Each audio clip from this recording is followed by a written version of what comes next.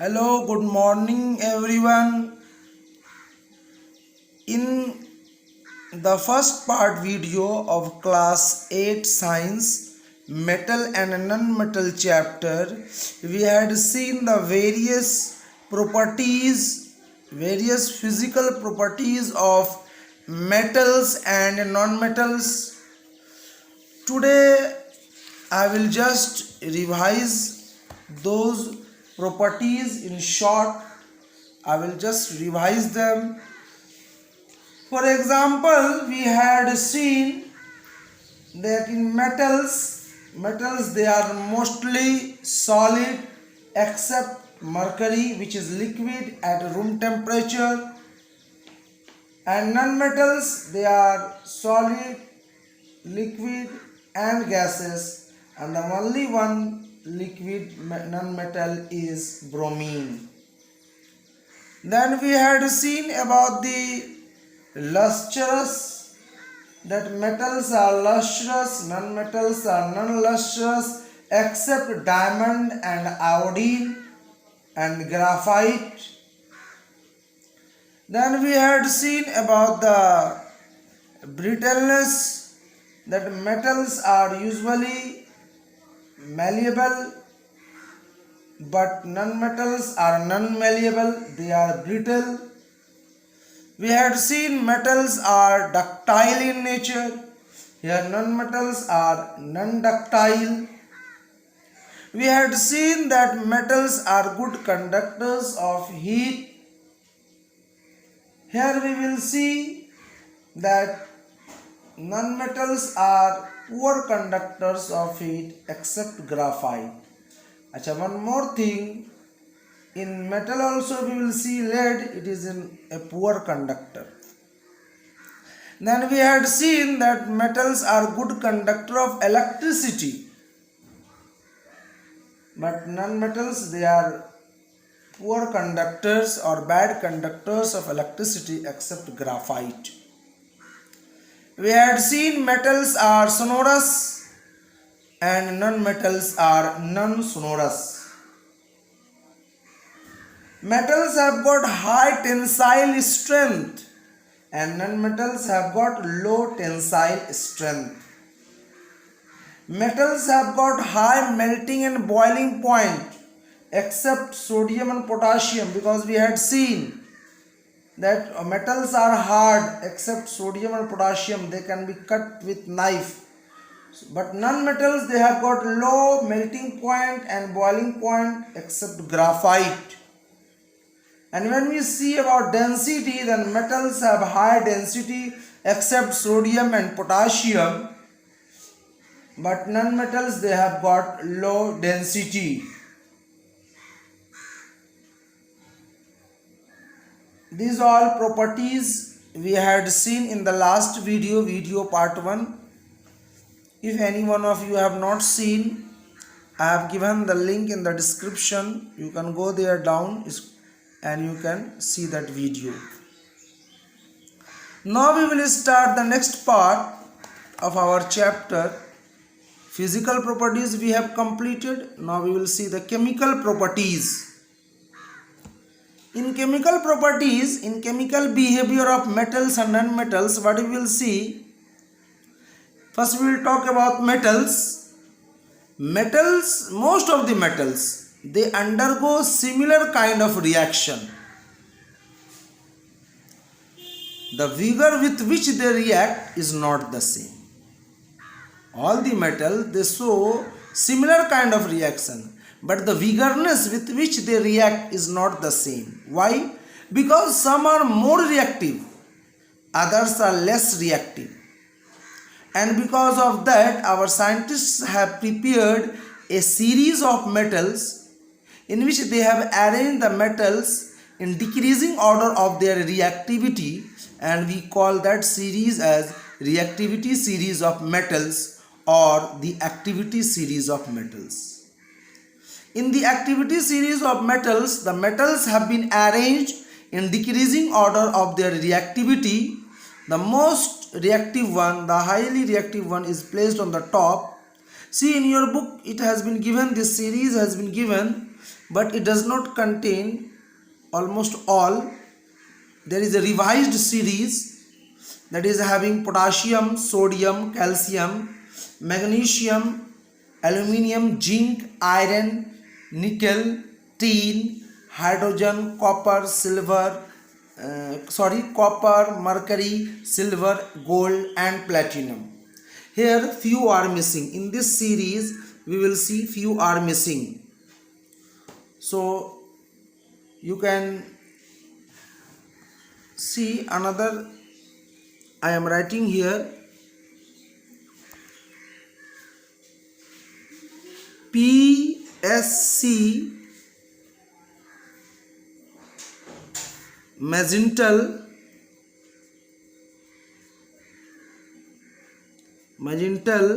this is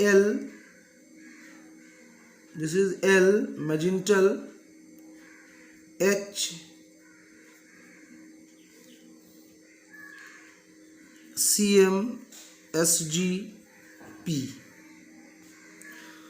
So see here, the P stands for potassium, S for sodium, C for calcium, L M for magnesium, A for aluminium, Z for zinc, I for iron, N for nickel, T for tin, L for lead, H for hydrogen. White has been put in bracket. Why I have put separate? Because it is a non-metal, but it is put in this category because it behaves like a metal, and these metals are more reactive than hydrogen, and these metals are less reactive than hydrogen. This is copper, mercury, silver, gold, platinum. So you can remember it in this way, that PSC magnetal है CmSgP. This is the way you can remember, or you can remember in another way. देखिए, मैं reactivity series of metals को याद रखने का तरीका आप लोगों को बता देता हूँ, कैसे आप याद रखिएगा। देखिए, पोटाशियम है,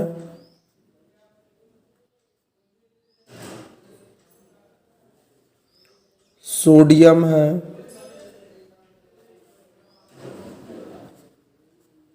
कैल्शियम है, मैग्नीशियम है,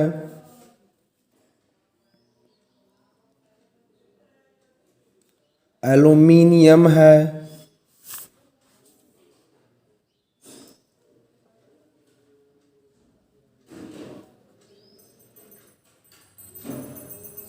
जिंक है,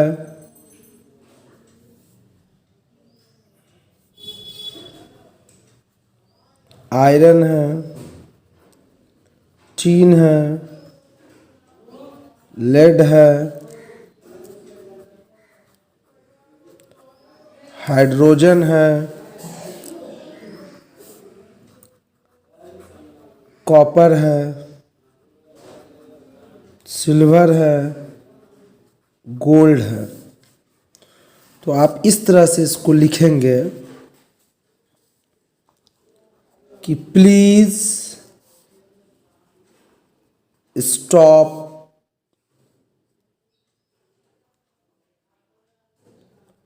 calling me A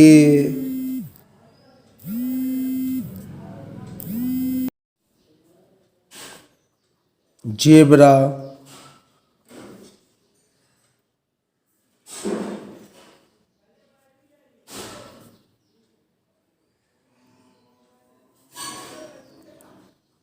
instead try learning how copper saves gold.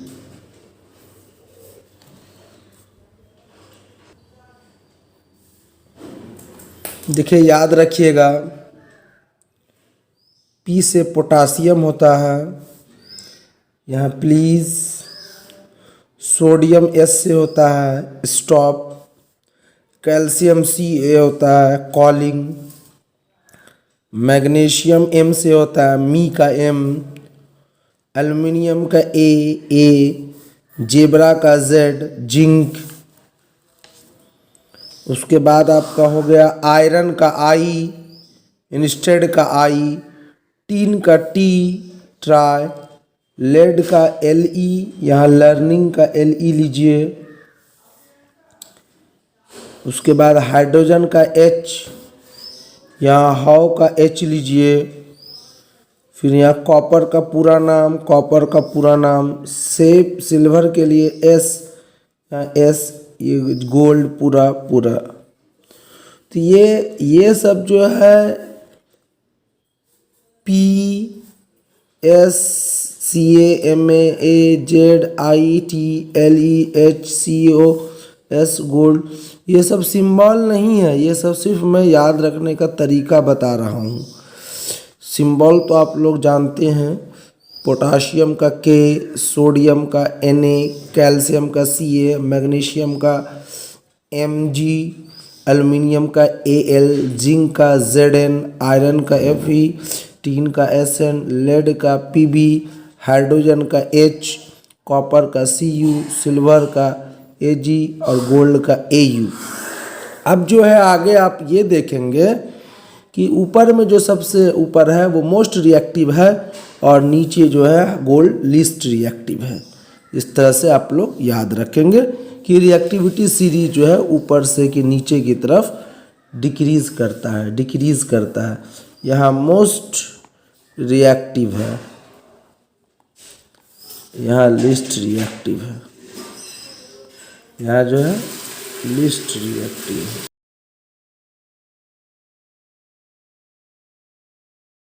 Next we have action of air on metals.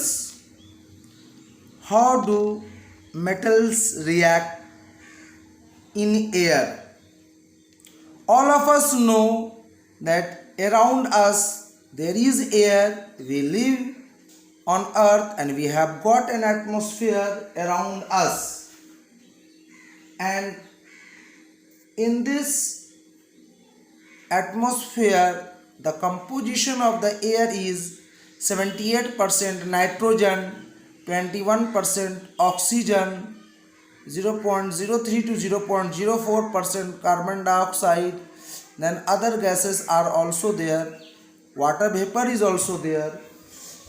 So nitrogen 78%, that is less reactive, that does not react with these metals and all. But oxygen, which is 20 to 21% in our atmosphere, reacts very easily with metals. So first we will see the reaction of metals with oxygen. Metals like potassium and sodium, which have been placed high up in the reactivity series, as you have seen just now, they react very fast with air, forming their oxides. They are so reactive that if they are kept in open, they will react with oxygen and form respective metallic oxide. And therefore potassium and sodium, they are never kept in open. They are not kept under water also, because they react even with water. So how are they stored? They are stored under kerosene. They are stored under kerosene. Next we have in the series, next we have calcium, magnesium, aluminium, zinc, iron. They react with oxygen, with air, but slowly, not in the same vigorous way as in which the potassium and sodium reacts. When they are left exposed, they get tarnished. That means they lose their sheen, because a thin film of oxide gets formed over their surface. and on being heated in air, these metals react faster. When we will burn a piece of magnesium ribbon in air, then it will produce white dazzling light, and white colored solid powder is obtained, that we call them as magnesium oxide powder. See, you will study in upper class that for burning oxygen, for reacting oxygen with magnesium or magnesium with oxygen, we have to first clean, we have to first rub the magnesium metal piece with a sandpaper, because it has got a protective layer of magnesium carbonate. To remove that, we have to first rub it with sandpaper, and then magnesium will react with oxygen and it will form magnesium oxide.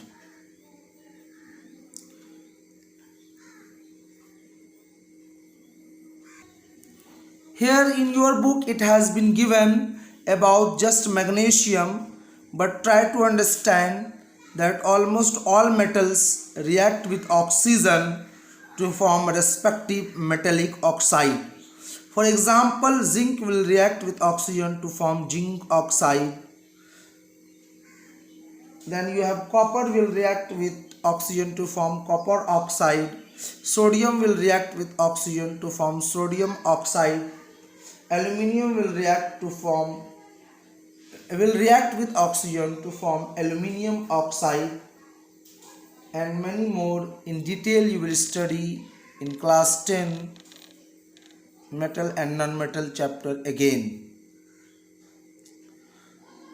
Now we come to next part that is given here about the rusting.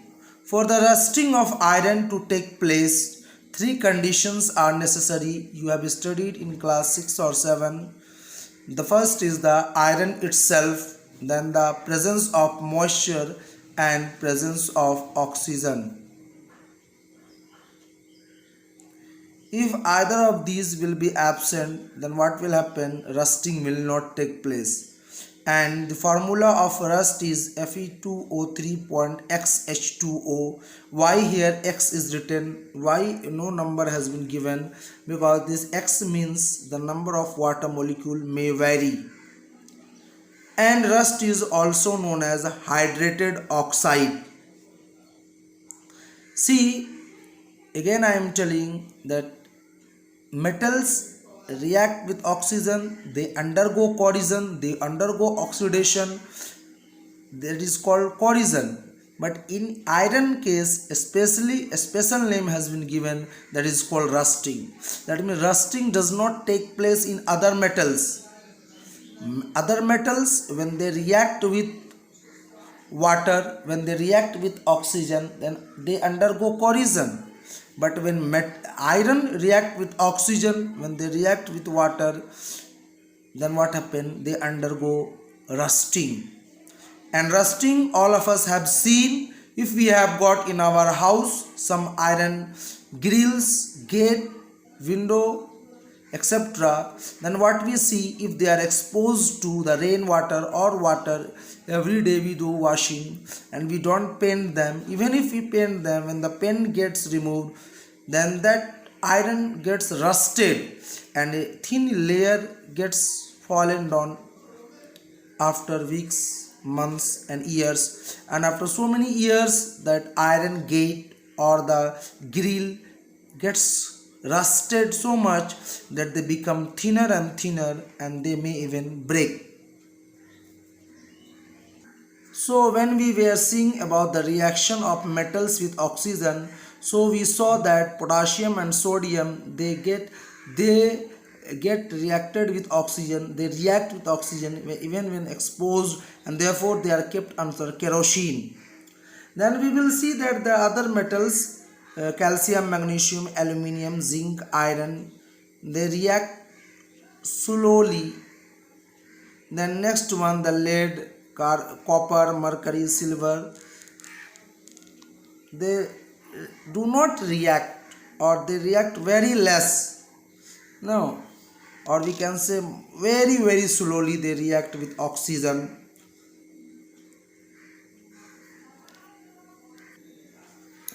Now let us see the next part, about the next part of the metal series. In that what we will see, that the metals further down the series, they retain their sheen for a longer time because they do not react with air so easily. When strongly heated in air, then only copper forms a black oxide, copper oxide, but silver and gold, they do not react. Silver and gold metal do not react with oxygen even at high temperature. So we tell them that they are still least reactive metals.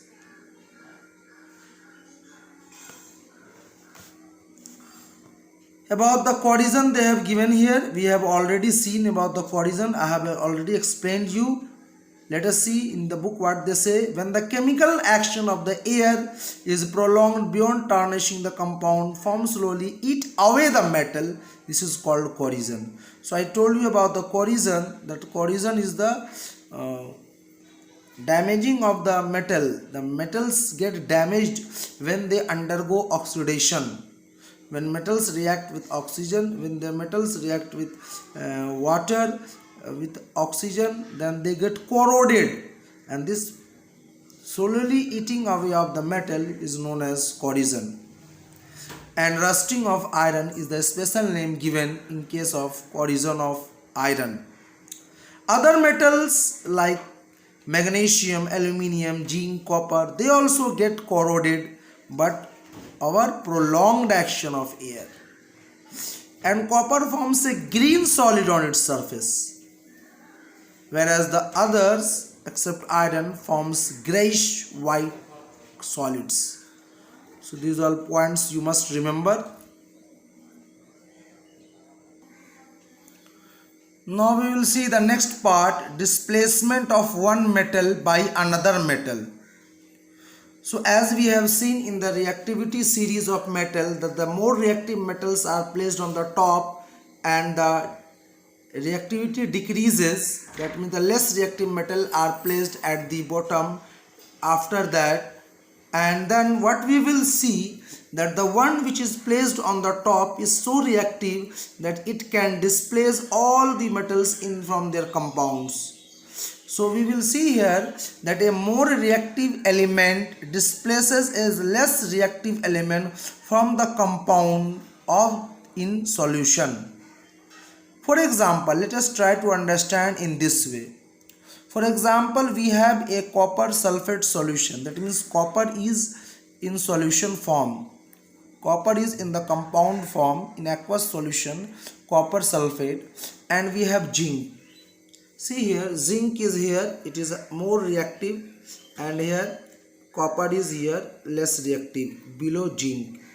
So if you take a solution of copper sulfate and we will see the color, copper sulfate solution is bluish in color, and we will place a zinc metal which is silvery white in color in that beaker or test tube in which we have taken copper sulfate solution. What will happen? Copper, being less reactive, will be displaced from the copper sulfate and zinc will take its place. Let me write the equation for that. Zn, zinc it is, will react with copper CuSO4. It will remove this copper from here and it will take its position and it will form ZnSO4 plus Cu. This copper sulfate, this is copper sulfate, it is blue in color, and zinc, it is silvery white in color, silvery white. And when this reaction will take place, what will happen? Zinc sulfate will be formed and this is colorless. The color fades and copper, a red brown copper will be deposited there. Actually the strip is there, no, that we have. So over that zinc strip, the copper, red brown copper will get collected. So a more reactive element displaces a less reactive element. Now let us see here what has been given in your book here. What they have given to us, that a copper sulfate solution is there. Dissolve some crystals of copper sulfate, which is also called blue vitriol, in water. Place a iron nail in the solution. So we are taking a test tube. In that what we will do, we will take some water, at almost half of it, and then we will put certain amount of copper sulfate, that is the blue vitriol. Copper sulfate formula is here, CuSO 4.5H2O. This 5H2O is water of crystallization. And then what we will see, they will see that the color of the solution, this copper sulfate solution, is almost bluish color, blue color solution is there. Then in this solution we will place an iron nail such a way that half of it is inside it, and what we will see, that the portion of the nail which is inside the solution will become red. You can see in the next diagram, and the color from bluish has changed into greenish. Why this red color has been formed on this nail?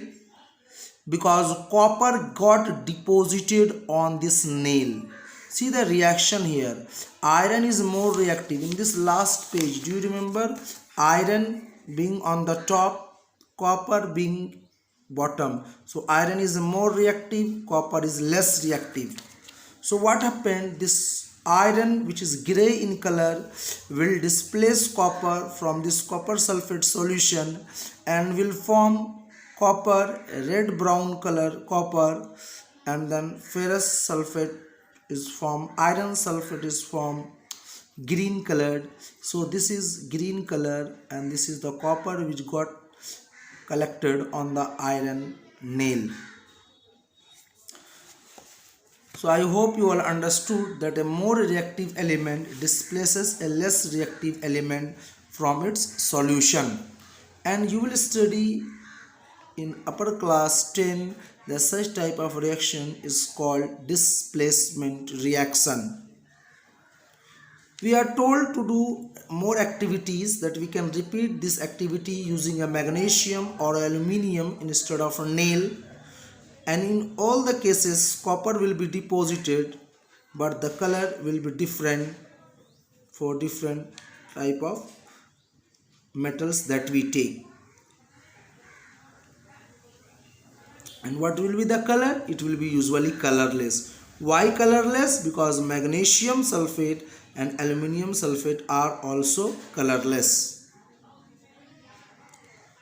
Now we will see the next part, that is displacement of hydrogen from water. So that means we are now seeing the reaction of metal with water. How does metals react with water? So we have seen in the last page in the reactivity series of metal that most of the metals are above hydrogen in the reactivity series. So all those metals that are higher up in the reactivity series, up to here you can see, up to this place above hydrogen, all these metals will displace hydrogen from water. That means again they are more reactive, so they can remove hydrogen from the water. And those that are below here, that you saw here, copper, mercury, silver, gold, platinum, they are less reactive than hydrogen, and therefore they will not be able to displace hydrogen from water. So what we will see here, as I have already told you all, that potassium and sodium, they are highly reactive metal. So they are not kept even under water, because they will react with water. They will dissolve in water and they will form alkalis, soluble bases.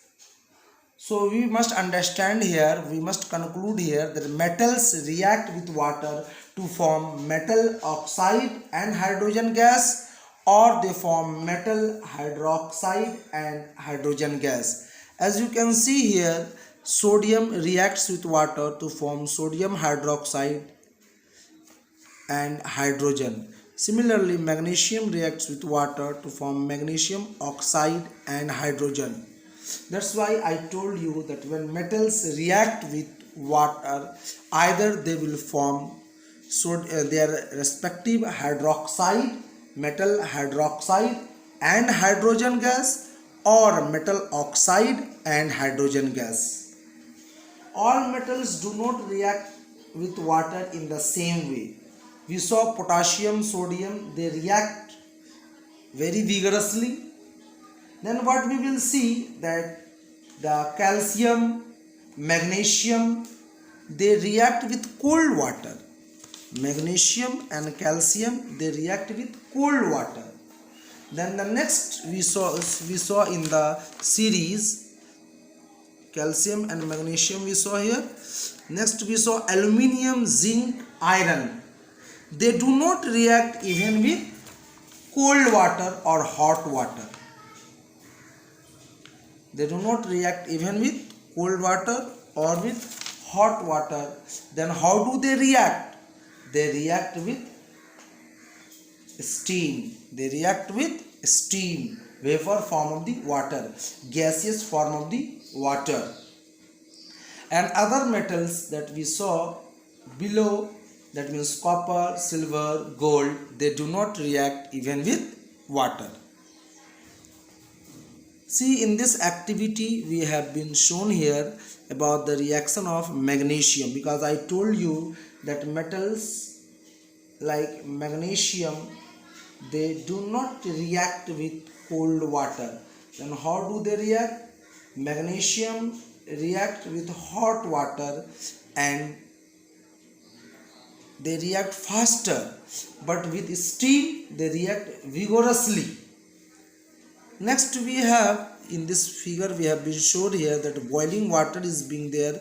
Water is boiling, vapor is being formed, it goes up and react with ribbon, magnesium ribbon, and therefore in this one equation you will see here it has been written water steam form, but here they have written water as water only. Now we are told to perform an activity under the supervision of our teacher. You should not do it yourself. What we will do, you will cut a small piece of sodium and remove the kerosene by pressing the piece between the folds of filter paper, so that the filter paper will absorb the kerosene from the sodium piece. Now we will take a beaker. In that beaker we will take some water, or beaker or the trough, and then more than half or around half of the trough we will take water, and then we will drop this piece of metal into that sodium metal into the water that is contained in the trough. This sodium will melt to form a silvery white globule which darts about the surface of the water with a hissing sound. That means you can see some sound. It will appear to you as if some blasting has taken place. Pop sound you can hear, some bursting sound you can hear. You will also see yellow flame over the globule and hear pop sound. This is because the heat evolved in the reaction melts the metal and the hydrogen produced catches fire. Try to understand. When sodium reacts with water, then sodium hydroxide is formed and then hydrogen gas is produced. Along with that, certain amount of heat is also produced. That heat makes the hydrogen to catch fire.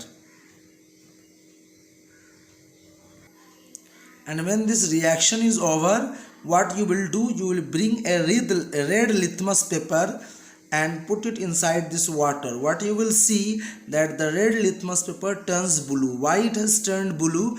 Because sodium hydroxide was formed, and sodium hydroxide is a base. It is an alkali, water soluble base, and because of that the red litmus paper changes into blue, indicating that there was a formation of a base. The next part we will see in another video.